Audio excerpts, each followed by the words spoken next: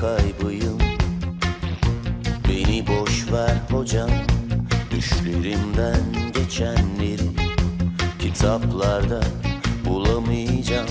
Hangi deniz nereye dökülüyor bana ne? Ben içimde boğulurken hala aşkın olduğu bir yer varsa söyle. Dokunulmazsam öleceğim. Kendimi kendimden çıkarsam sıfır kalmaz. Bu matematik bizi kandırıyor hocam.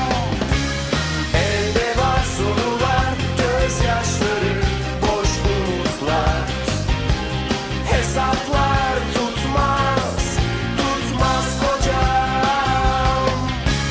Kendini kendinden çıkarsan sıfır kalmaz. Bu matematik bizi kandırıyor hocam.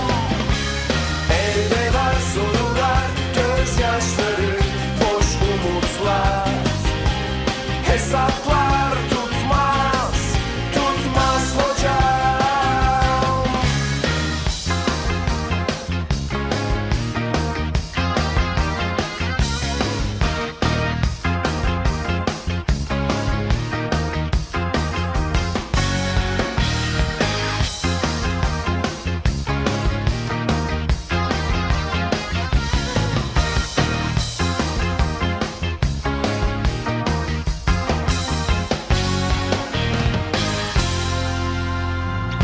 Şu hayat